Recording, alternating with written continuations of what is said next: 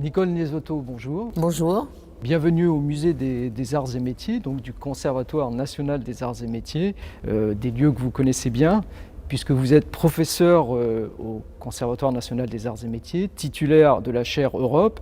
Alors l'Europe et ses institutions sont au cœur de votre parcours professionnel, et je vais citer sans être exclusif la direction de l'Institut d'études et de sécurité de l'Union européenne, ou encore votre participation au conseil d'administration du think tank Notre Europe. Alors vous avez également publié de nombreux ouvrages consacrés à l'Europe et à sa sécurité, et votre dernier opus, L'Europe indispensable, a été publié en 2019 aux éditions CNRS. Nicole Nesotto, je vous remercie d'avoir bien voulu intervenir au profit de ce cours en ligne et d'y aborder le thème de l'Europe, de ses ambitions politico-militaires et des défis stratégiques auxquels elle doit faire face. Alors peut-être, avant de rentrer dans le cœur du sujet, peut-être une clarification de concept. On évoque parfois de façon indifférenciée défense de l'Europe, défense européenne, Europe de la défense. Alors s'agit-il de concepts interchangeables ou de notions à différencier, et quelles sont finalement les visions qui seraient portées par ces concepts? Alors, toutes ces formules que vous avez citées sont des inventions françaises. Nos partenaires européens parlent du sigle officiel qui est PSDC, politique de sécurité et de défense commune. European Defence, ça n'existe pas.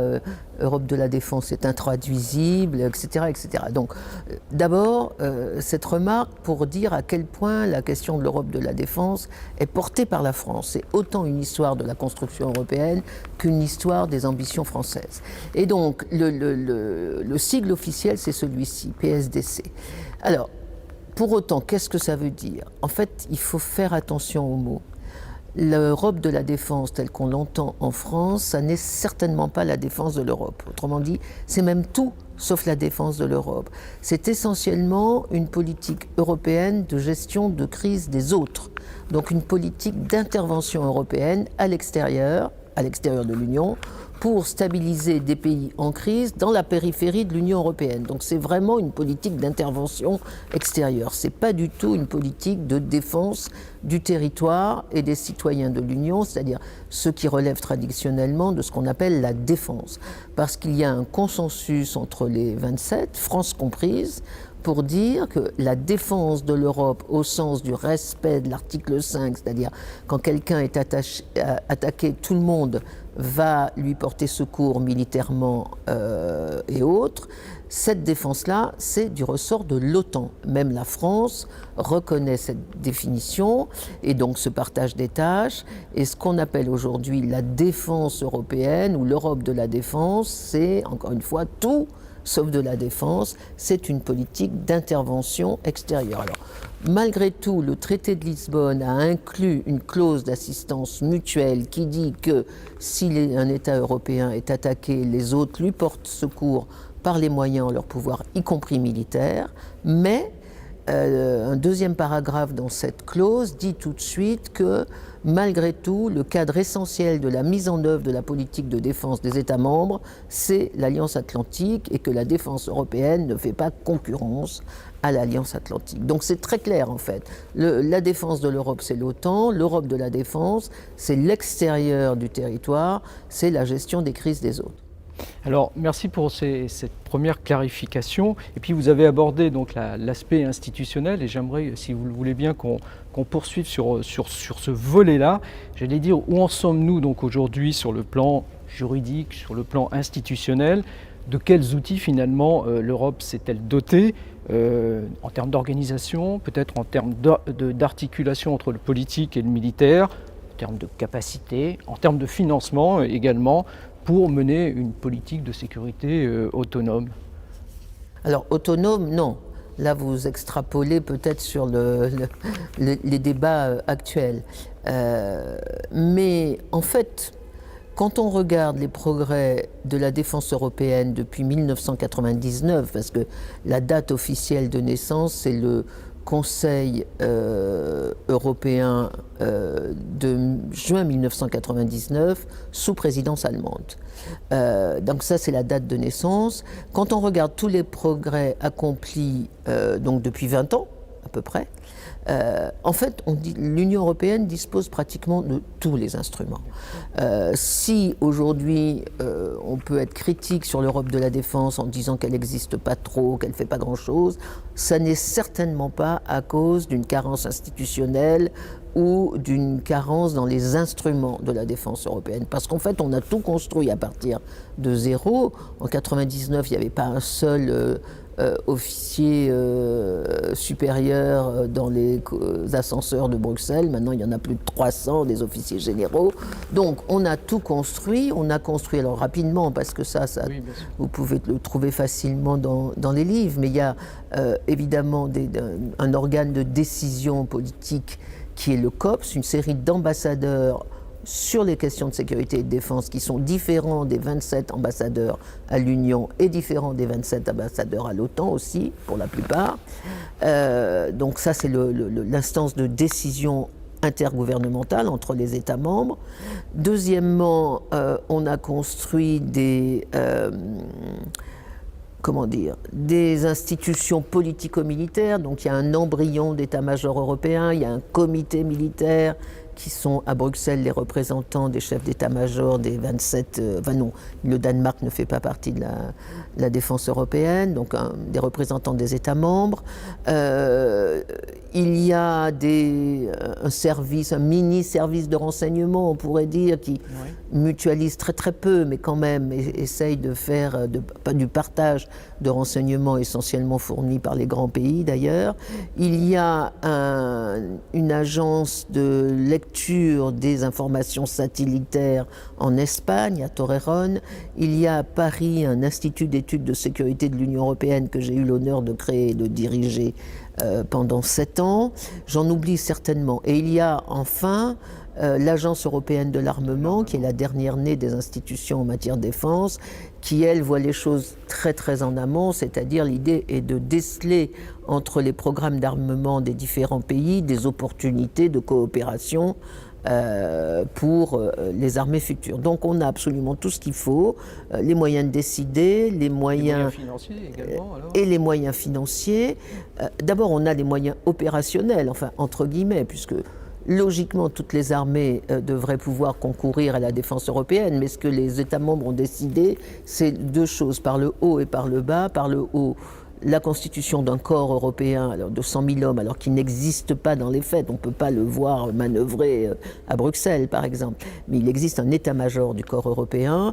Et puis par le bas, des toutes petites unités de 1500 hommes qu'on appelle les battle groups, les groupes de combat, qui sont censés arriver très vite dans une situation de crise, faire le coup de poing en attendant que les forces de l'ONU arrivent, qui n'ont jamais été utilisées. Mais quand même, on a les 2 grands instruments, le corps qui peut rester très longtemps, pendant 1 an, sur une théâtre de crise, et le groupe de combat qui arrive, qui fait le coup de poing, qui s'en va en attendant que le corps ou d'autres forces arrivent.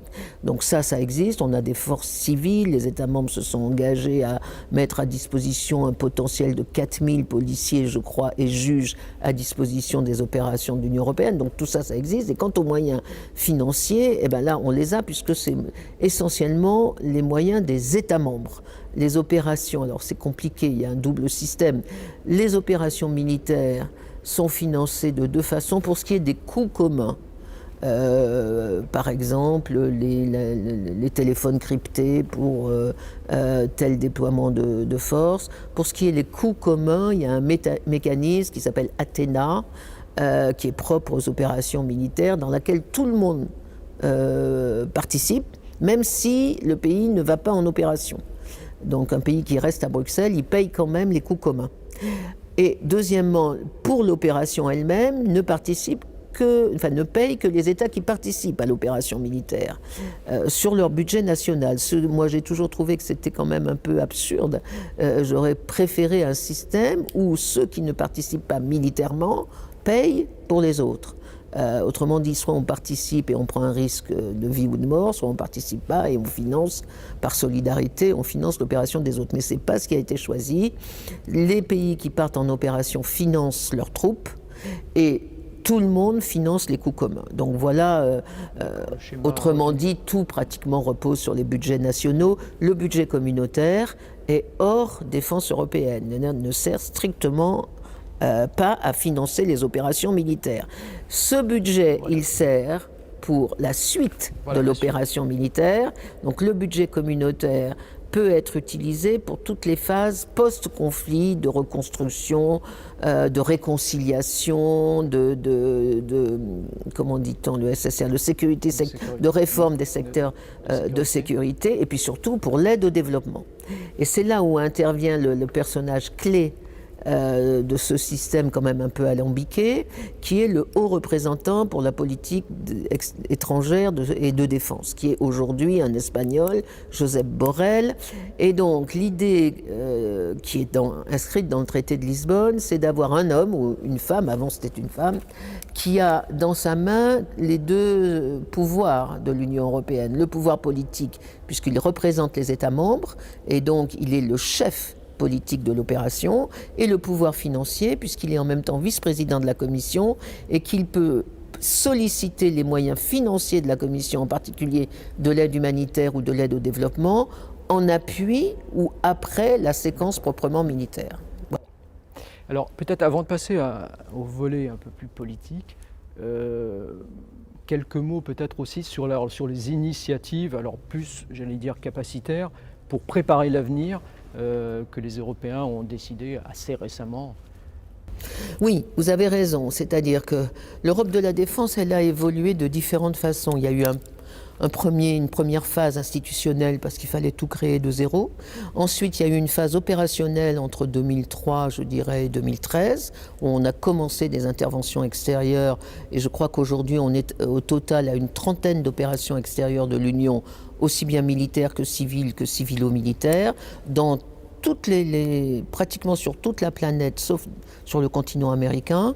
Mais les Européens sont allés en Asie, au Moyen-Orient, en Afrique, en Europe, dans les Balkans, et ils y sont toujours.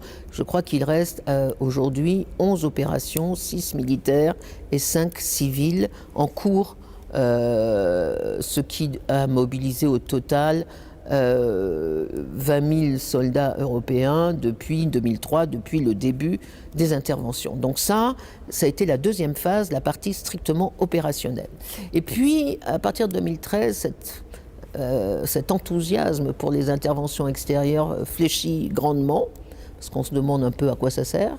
Et donc, arrive la troisième phase, qui est essentiellement déclenchée par le Brexit et l'élection de Donald Trump en 2016, c'est-à-dire tout d'un coup la prise de conscience que le monde change vraiment et qu'il faut être peut-être un peu plus sérieux sur la défense européenne. Et donc les États membres décident, sous l'initiative à l'époque du président de la Commission qui était Jean-Claude Juncker, de créer un fonds européen de défense, le fameux FED, dont on dit qu'au départ, dans le prochain budget, donc celui qui va commencer là en janvier, l'idée était que dans le prochain budget 2021-2027, il soit doté de 13 milliards d'euros. Donc ça, c'était le projet de Juncker qui a été accepté par tout le monde, le Fonds européen de défense. Et donc on passe à une troisième phase qui est moins opérationnelle que capacitaire de long terme. L'idée, c'est de financer la recherche et développement militaire et de faciliter ce que faisait déjà l'Agence européenne de l'armement, mais là de le faire avec de l'argent et non pas sans rien, puisque les Britanniques, j'aurais dû le dire, ont mis un veto pendant 5 ans sur le budget de l'Agence européenne de la défense. Maintenant qu'ils sont partis, effectivement, Juncker a pu proposer 13 milliards. Donc ça, c'était la troisième étape censée booster, relancer la défense européenne. Et on en était là pratiquement jusqu'aux élections de 2019 et l'apparition du Covid, de la pandémie, en 2020. Alors je ne sais pas si je continue ou si vous allez... On va peut-être y revenir, en effet.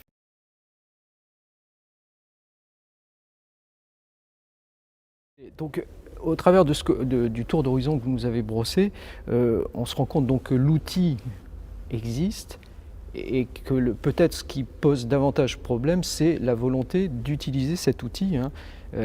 Donc cette ambition d'Europe puissance, entre guillemets, résiliente, capable de défendre ses intérêts stratégiques, elle paraît plus incertaine donc, sur les plans politiques, voire opérationnels.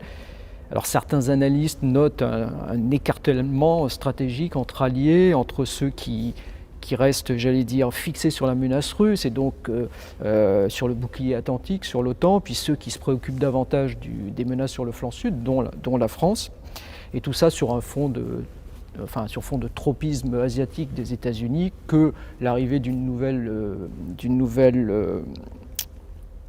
administration aux affaires ne va pas changer a priori. Et puis sur le terrain, alors opérationnellement parlant, l'Europe semble un peu absente dès lors qu'il s'agit de payer le prix du sang. Oui, alors moi je ne dirais pas ça. Mais bon, on va y revenir. Mais là où vous avez raison, c'est que le problème n'est pas un problème technique, ni institutionnel, ni même capacitaire.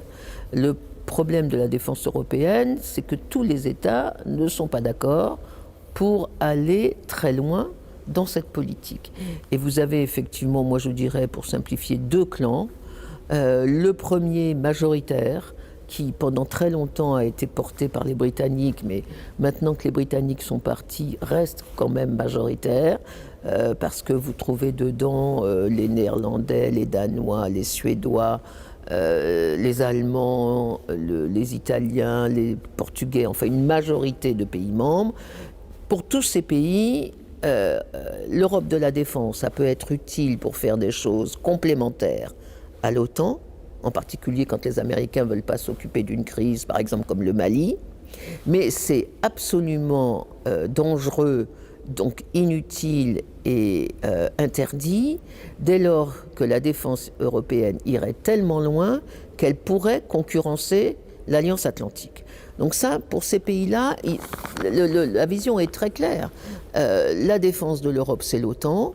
La défense européenne, c'est très bien, mais il ne faut pas que ça aille trop loin pour ne pas concurrencer l'OTAN. Et tout vaut mieux qu'une crise avec les États-Unis d'Amérique.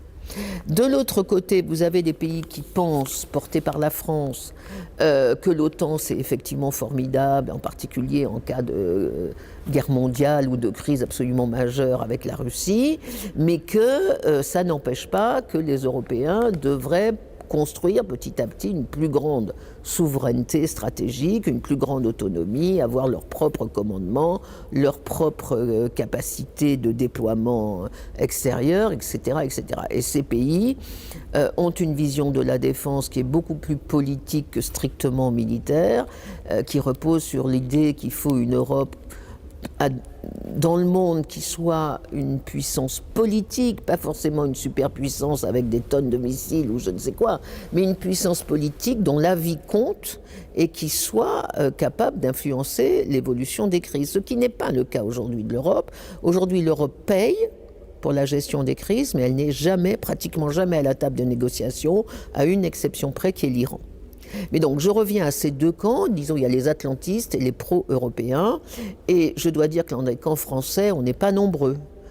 À part la France, il y a la France, il y a la France et la France, et puis il y a la Belgique, l'Allemagne qui est dans les deux camps, parce que c'est la tradition allemande, et l'Italie aussi de temps en temps dans les deux camps, et l'Espagne. Mais on est beaucoup, beaucoup moins nombreux, en particulier tous les nouveaux pays d'Europe centrale et orientale sont sur une ligne atlantique. Et donc ce clivage-là, OTAN Europe, il recoupe le clivage dont vous parliez, qui est réel, mais qui à mon avis est moins clivant, moins structurant, qui est le clivage entre les pays du Nord qui regardent la Russie et les pays du Sud qui regardent plutôt la Méditerranée et le Moyen-Orient. Donc c'est cette divergence politique essentielle qui fait que l'Europe de la défense avance tout en piétinant, c'est-à-dire avance très très peu et qu'on n'arrive pas à convaincre nos partenaires européens que l'évolution du monde est telle, l'évolution de l'Amérique est telle, même si maintenant Joe Biden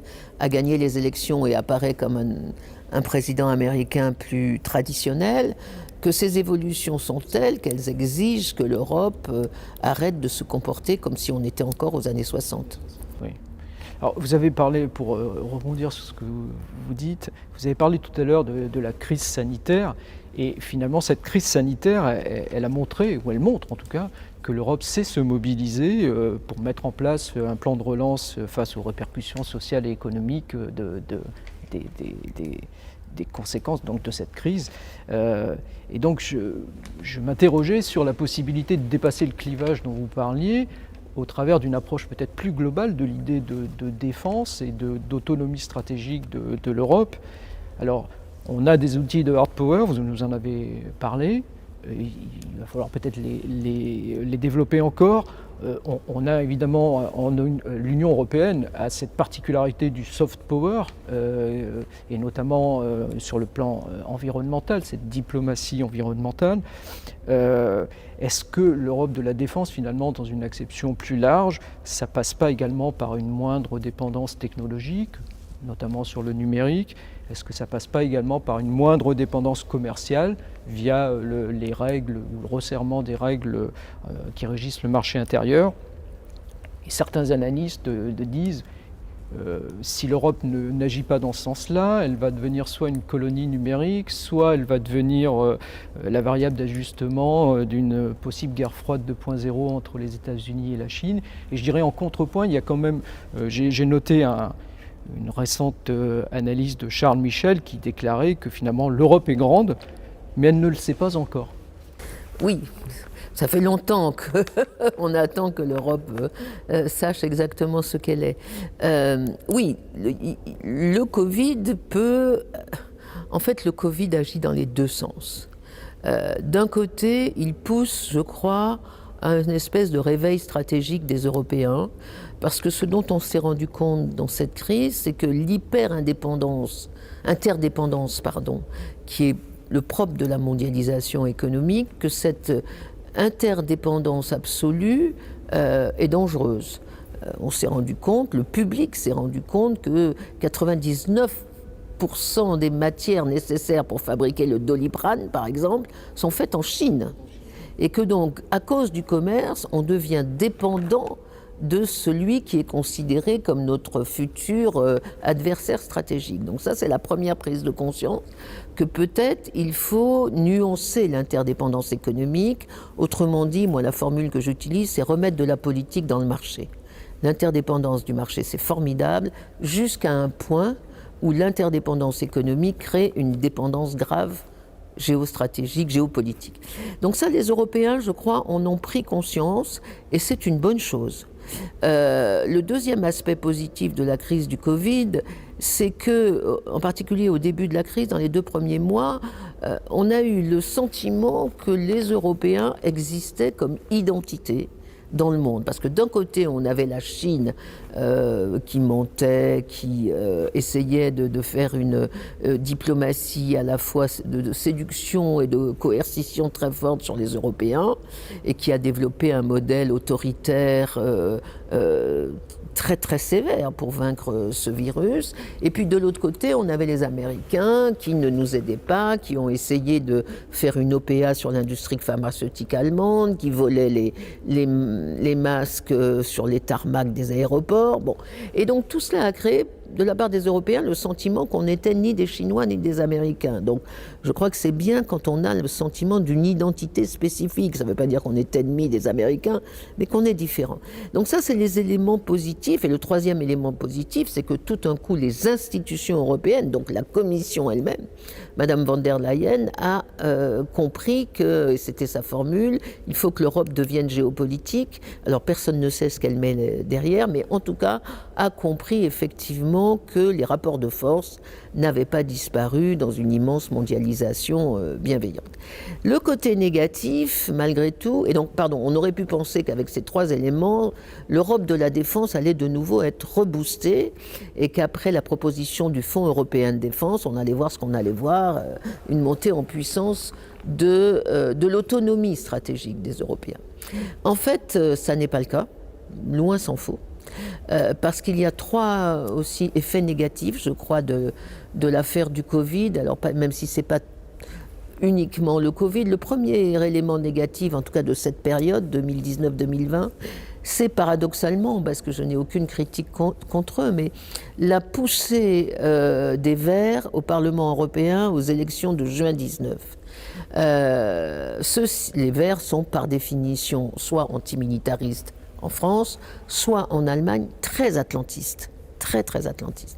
Et donc, quand on ajoute cette poussée des Verts qui n'aiment pas trop la défense, parce qu'on ne peut pas dire, malgré tout l'effort d'imagination qu'on pourra faire, on ne pourra jamais inventer une défense verte. Ça, je ne vois pas comment on pourrait faire.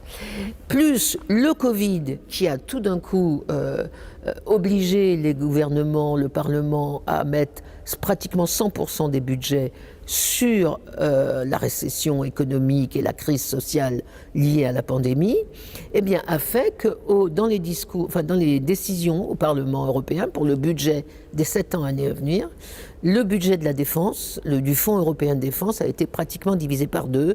En fait, il n'y aura pas 13, il y aura 7 milliards, ce qui est déjà beaucoup moins intéressant. Donc ça, c'est un élément négatif.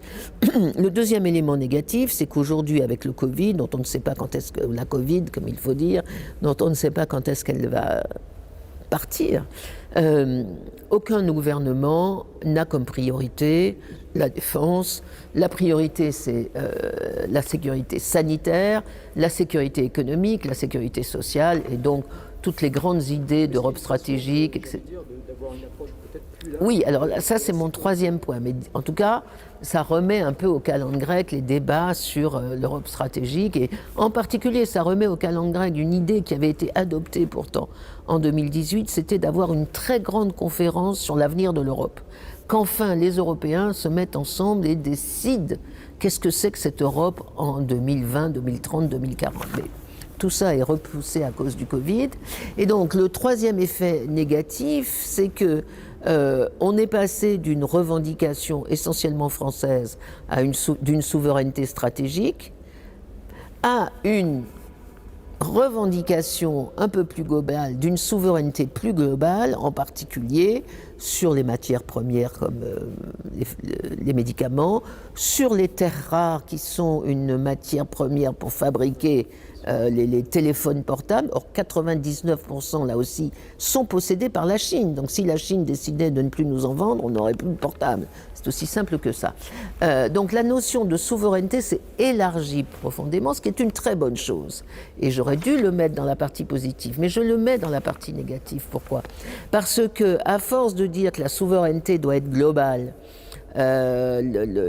économique, technologique, numérique, ce qui est la palissade, mais on en est loin, on en est vraiment loin. Aujourd'hui, l'Europe est prise entre deux feux, les Chinois qui nous disent « vous achetez Huawei, sinon je vous ferme mon marché », et les Américains qui nous disaient « si vous achetez Huawei, je ne vous défends plus ». Donc, mais cette souveraineté, plus elle devient globale, moins elle devient précise.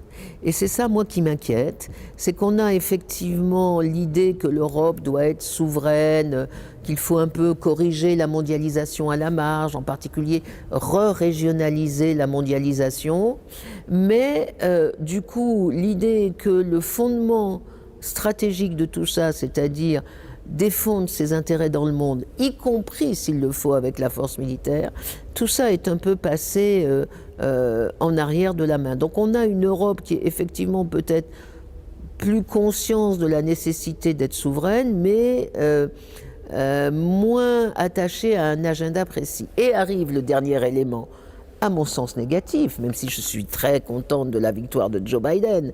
Mais malgré tout, Joe Biden n'est pas une bonne nouvelle pour l'autonomie européenne et pour la souveraineté européenne. Pourquoi ? Parce que les Européens, en particulier ceux du premier clan, les otaniens, atlantistes purs et durs, sont trop contents d'espérer qu'avec Joe Biden, toutes ces élucubrations françaises, tous ces rêves français d'Europe de la défense vont être un peu mises de côté et qu'on va revenir au bon temps de la défense atlantique où on était tous ensemble derrière le leader américain, c'était lui qui gérait le monde, c'était lui qui décidait pour nous, etc., etc. Et donc on a aujourd'hui un recul politique, je crois, d'une bonne partie des Européens, en particulier en Allemagne. On a vu qu'il y avait une divergence entre Mme Merkel et sa ministre de la Défense, Mme Akaka. Et donc on peut craindre un débat à venir où le débat sur la défense européenne serait c'est plus la peine d'en faire, faisons l'alliance avec les Européens dedans, donc un retour au débat des années 90 sur le pilier européen de l'OTAN. Bon, pourquoi pas, c'est toujours mieux que rien que l'Europe existe dans l'OTAN, mais il serait mieux quand même qu'elle existe de façon autonome, y compris aussi à l'extérieur de l'OTAN. Et je crois que l'élection de Joe Biden, à ce niveau-là, va éteindre ou en tout cas étouffée, les débuts de relance européenne que l'élection de Donald Trump avait suscité. Et ce n'est pas une bonne chose. Les Européens, je crois, vont être à la fois déçus et peut-être trompés par leur